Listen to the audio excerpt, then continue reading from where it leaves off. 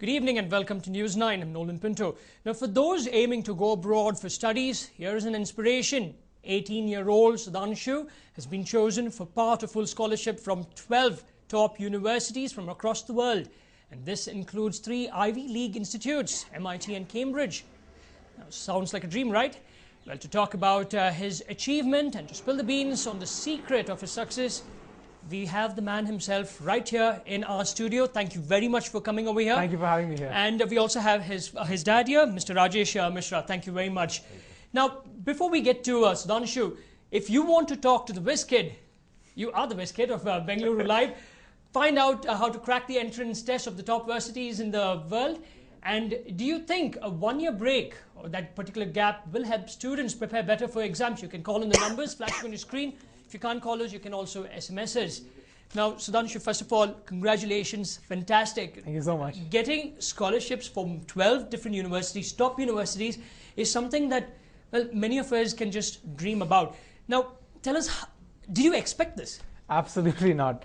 Because going into this gap year, my expectations were definitely not that high because, I mean, I really know that in US admissions, you really can't predict what's going to happen. So, I mean, I guess in the IIT, you can say that, okay, you're a super genius. And if you do, you can probably think, okay, if I do really well on this day, I'm through.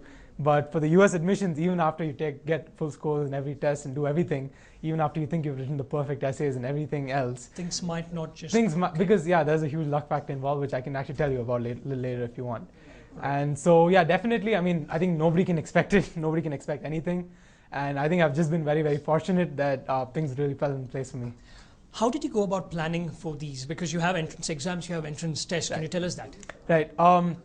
So I actually, so for the US admissions, what you actually need to write is the SAT and the subject SATs.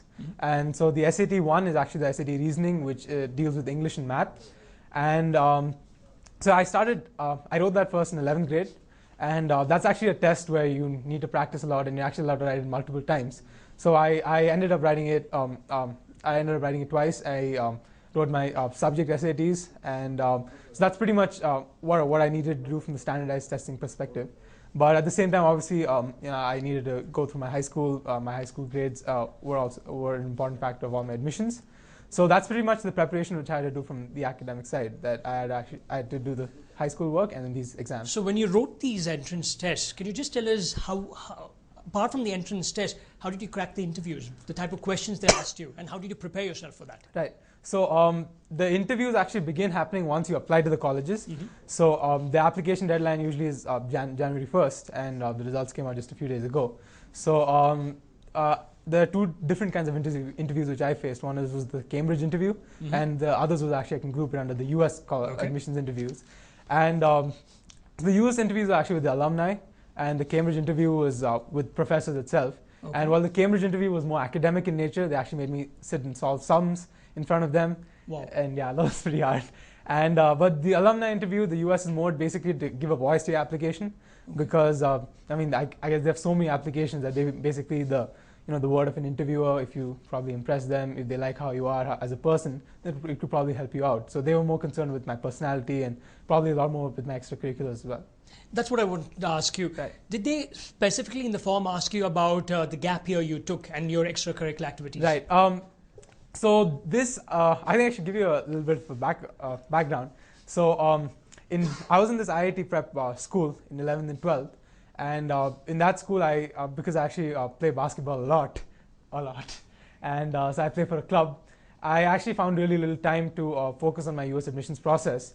So in 12th grade, I actually had applied to just a few colleges towards December and by then I actually had realized that I probably wouldn't make it to the top colleges if I applied then, because Little did you know. I knew, because like when you're really good, you know that you still might not get in, but at sometimes you're not going to get in. Okay. And so I actually pretty much knew that, because I really didn't get time to pursue my extracurriculars, and although I had good grades, but I think that doesn't cut it over there. So so I actually did apply there, and I got into a few colleges which I was hoping to get into, basically so that because by then I actually started thinking of my gap year where I could probably have the time to actually work on the things which I wanted to work on. When did you start thinking about the gap year? This was sometime during, I think, December, because during your 12th standard? During my 12th standard of December. Fine. And actually, the reason is I probably might have even actually done my admissions process really serious in 12th. But I was really unfortunately I had this pretty bad back injury then from basketball, and that left me like bedridden for around 2 months. And then I missed a lot of school, and that made me catch up a lot. So I really didn't have any time to do anything. So could you say that the back injury actually forced you to take that gap year? Like you missed all that basketball. Like you stated, he plays a lot of basketball. So 1 year I want to play for all those 2 months that I missed. No, exactly. No, so it wasn't just about playing basketball, because actually by then, after the injury, I realized that although I really do like basketball as well, but I realized that there were a lot more things which I wanted to do, like work on some of the product ideas I had, and I really like entrepreneurship, so I probably wanted to develop something, get something started. So these are things which I couldn't have had time. Even if I did try, I wasn't able to find any time at school, because we have classes the whole day and we're expected to put in a lot of hours at school. So I got into, so as I said, I got into these colleges, a few colleges which I thought, I probably could get into, and that basically gave me some kind of a cushion to fall back on. I thought that if I applied again, maybe I could probably get into these again. So it just gave me a benchmark of what I could get into. And see, as I said, I pretty much had to self-prepare for my board exams because I had missed so much school. And but I knew that my gap year was probably contingent on how I did in my board exams, because if I wouldn't have done well, I knew that I had no shot again. So I probably would have had to go to the college which I got into. Right. So that's basically how the gap year idea actually got started, because I felt that at school I really didn't get time, and at the same time I really wanted to go to the top colleges in the US, and I knew that I wouldn't be able to do it even if I tried my best then. All right. Mr. Rajesh, now when Sudhanshu told you that he wants to take a gap or a year off from studies, what was your initial reaction? So, like you said, he told me around sometime in December. In December, okay. And the board exams are in March, right? Yes. So, and I said, don't put that thought in your mind now. Okay. First focus on the exam. Okay. Let the exam be over, then we'll discuss. Okay. So, and he put a lot of effort because he had missed those classes. So, he really worked hard during that period. And then after the exams are over, again he started, bringing that topic. Okay. But by that time, he had got in UCLA in US. Okay. And a few other, which are quite good, like Rensselaer Polytechnic and then Rose Allman and all that, with good scholarship also. So my friends said they are very good, maybe they come in, like UCLA maybe in top 10. So why to take gap year? Nobody advised me that he should consider a gap year. Okay.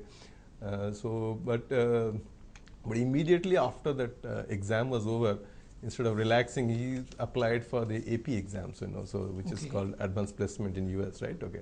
And he said, I want to give 7 exams, okay. And each exam fees is around 8,000 rupees, okay, just give me the exam. Okay. So then he said, give me that as a gift of, completing my 12th standard. 12.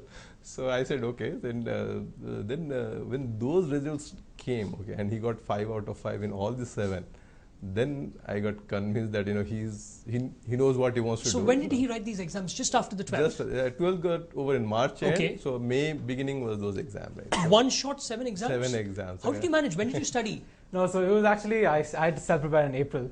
And as I said, actually, my school's program was actually really excellent. So it was the IIT preparation. Yeah, exactly. So you were already grounded. Yeah. No, I should have been. Okay. So, but as I said, because I actually because of my back injury. Okay. So let me just give you some perspective. If you miss 1 day of school in my school, in the IIT prep program, it takes you a week to catch up. And I was out for 2 months. So you can imagine how far behind I was from everyone. So I think I started self-preparing pretty much for everything, and I actually got a lot of help from my teachers who really helped me put in that extra time. I went back like pretty late at night and spent a lot of time with them. So as I pretty much got into the inertia, the momentum of self-preparing sometime in February, where I was surviving on Red Bull and just pulling all-nighter just so that I could cover my syllabus. I won't advise Red Bull. So just that I could cover my syllabus. So I think once I had that experience, I just felt that probably I could probably do it again in April, where I could probably again 5 out of 5 in all the 7. Yeah, again, that's not something I was expecting again, because you just never. You never know how it ends out. Because they don't release the questions to you. Like once you're done with the paper, they just it's a secretive thing. They just take the question papers away so that. And online you only get the free response questions. There's some MCQ sections as well which they don't release. So it's not like the answer key where you know how you did. So it's very much like bang. So you're just waiting for that particular day when the results come out. Right. Wow. Mr. Mishra, now when he told you about this gap year, it's very interesting. You would have spoken to your friends or your relatives about this. What did they tell you? I mean, I'm sure they would have said it's not wise to do so. He might lose the concentration to study further. Yeah, how did you manage that? Yeah, in fact, that's what everybody advised, saying that, why. In fact, in US also you have an opportunity of transfer, like you join and then after 2 years you can transfer, okay.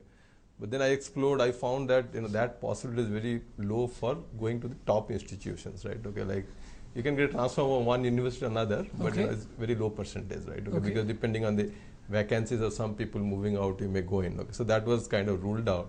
And then, I felt, since I have spent such a long time in the career, I felt 1 year really doesn't matter in the career, and if he wants to do something which he's passionate about, I should support him. Because once I actually got to know about this, I went through the websites. Yeah. You got into Harvard?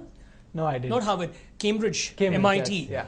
And all those universities actually suggest that a student takes a gap year. Right. Yeah, and that's right on top over there. Yeah. And they have the reasons for it. Right, so, what did you plan during your gap year? What all did you do? I just wanted to just 1 minute. Yes, go ahead. Because to convince me, he bought one of the e-books online, okay, about why should you take a gap year or something, and made me go through it, on 2-3 nights, okay. So he didn't go through it. I read it after. Okay, so what were the points? How did you manage? What were the points in that? Okay, so I think the main points in that, the thing is the gap year was mainly for US kids living in the US. So I found some disconnect to that, but the main key points which they mentioned is that probably because you worked so hard during high school. You need that break. Yeah, you need the break where you probably have the time to explore what you want to. So some things which people commonly do. Yes, they use that word over there, let the student explore. Exactly. Something which they want to, usually people do is actually travel abroad. And because they want to visit new places. They get involved in a lot of community service projects. Give back to the society. Exactly, to give back to Peace Corps. Yes. Exactly. So those are, I think, were one of the common. And then there were also some structured programs as well, where you could also team up with other gap year students for expeditions and stuff. So, but yeah, I mean, the main concern I felt people had was basically whether I'd lose interest in studies, academics. I think one of the points which they clearly mentioned there was that students who usually take gap years are usually more interested to get back to studies because they basically, have that confidence that they were able to. The difficulties of life, you actually see that if you do not study, you don't upgrade your skills, you're nothing in this world. Exactly. So what all did you do then in the gap year? So I think one thing I need to stress on was that my gap year definitely wasn't just about getting into the top college, because as I said, I mean, to be honest, I probably would have been very happy at UCLA because I had been there before for basketball camps. They have a really good program, but I just felt that partly because I wasn't able to give my best. A part of me just felt that, okay, I really wanted an opportunity to give my best. And at the same time, as I said, that at school, I was only able to devote my time on academics and basketball. So what I really wanted to work on in this gap year was my product development side, and also develop my entrepreneurship interest. So what I actually started off my gap year was, as I said, was the AP exams. So the gap year technically hadn't begun then, but you could say that my exams were over, and that's when I was free to do whatever I wanted to. And so after that, I was pretty lucky that pretty spontaneously some of my friends and we just realized that there were no basketball tournaments then. And we just felt that, okay, for us to play in a tournament, let's make a tournament. And once we came up with the idea, then we actually realized that, in a tournament you could actually make some profit. And when we realized that, we just thought that, okay, instead of actually taking the money for ourselves, we could probably make this a fundraising event. And that's how the idea grew. We did this tournament called the RISE Cancer Fundraiser. Okay. We fundraised for a cancer foundation. And so yeah, we were able to raise around, I think, 2 lakhs from that tournament. Yeah. Wow. So nice. Yeah, we were not expecting that. We were only hoping for 1, but I think we were really able to. I think people really connected to our agenda. We got a lot of sponsors, nice. And so I pretty much spent a month working on that with my friends. Okay. And even then, actually, I hadn't completely formally decided on my gap year. As I said, it was just a pretty spontaneous thing. But just after that, it was actually my golden week when the tournament went really well. And then I got my exam results, and I realized, the AP exams, and I realized that I had actually done really well enough in that. So once I actually knew that, okay, I'm going to take a gap year now. One thing which I really wanted to explore was research, because I think compared to Indian universities, in the US, research is really encouraged in undergraduates. And some of my friends actually went to these international schools, and they got the opportunity to do research. They were encouraged to do it there, and they did a lot of internships. So I really felt that, in order to probably do the things I wanted to do in college, I really felt that I wanted some experience to do some research. So this was the best time. So this is the best time to do it for sure. And so I applied to some positions. I found this. I was really lucky to get accepted to this the STEP program at the National Reference Center for Lead Poisoning in India. That's a research organization which investigates lead poisoning in India in St. John's in Bangalore. Mm-hmm. And I was the youngest kid there. I was the only guy who just graduated out of high school. Everyone was college students there. And so with a partner from the US, he's a current student there from University of Washington. So we did this research project.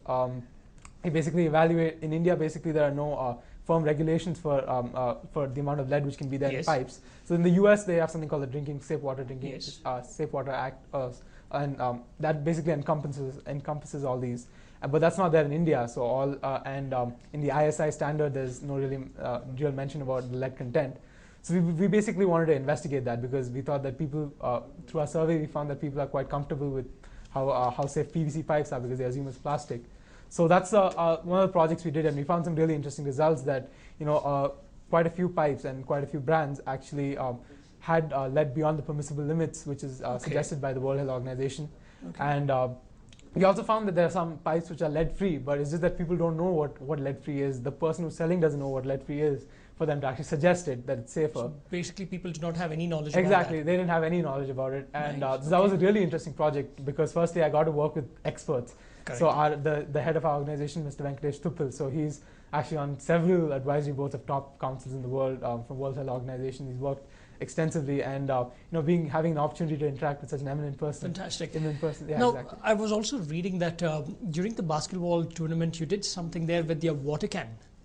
And he sent you that. Can you tell us that? Because that's very interesting. Right, so I think, it's a little different. Actually, I was talking about how I had a passion for technology and innovation as a kid. Okay. So it wasn't a water can of the tournament. This is actually rewinding back to when I was probably 6 or 7 years old. And that's when I used to play at my local basketball court. And I used to play with the big guys. And the big guys, as soon as you get the water, they take it from you. Yeah. And you really can't do anything about it. So one day this happened many times. I was just, okay, that's it. I need to do something about this. My dad was touring in the US then. So I just came up with this design that maybe I could make a helmet, which partly helps with safety, because if you fall down or something, it's still safe. But at the same time, it could probably have some kind of a container inside, which probably could contain water. And that way, I could just probably sip it whenever I wanted to, and nobody can really come and take it from me. So that was just basically me being a bit of a dreamer. He drew the whole sketch and all, and scanned it and emailed to me when I was in the US. Yeah. And this was when you were in school? Yeah. This was when I was maybe 7 or 8 years old in school, yeah. Wow. Yeah. So you had this, the knack to get into research from then itself? I've always liked innovation. I always like to do stuff differently and more efficiently. And I always felt that, my dad being an engineer, I always found this inspiration that technology can actually do a lot of things and can solve things in elegant ways. So I guess from a long time, I've had that interest. All right, we'll come back to this, but we will slip into a short break. But before that, you can talk to the WizKid Live, find out how to crack the entrance test of top universities in the world. And do you think a one-year break helps students prepare better for the exams? Call us on the numbers that are flashing on your screen. If you can't call us, you can also SMS us. Stay tuned.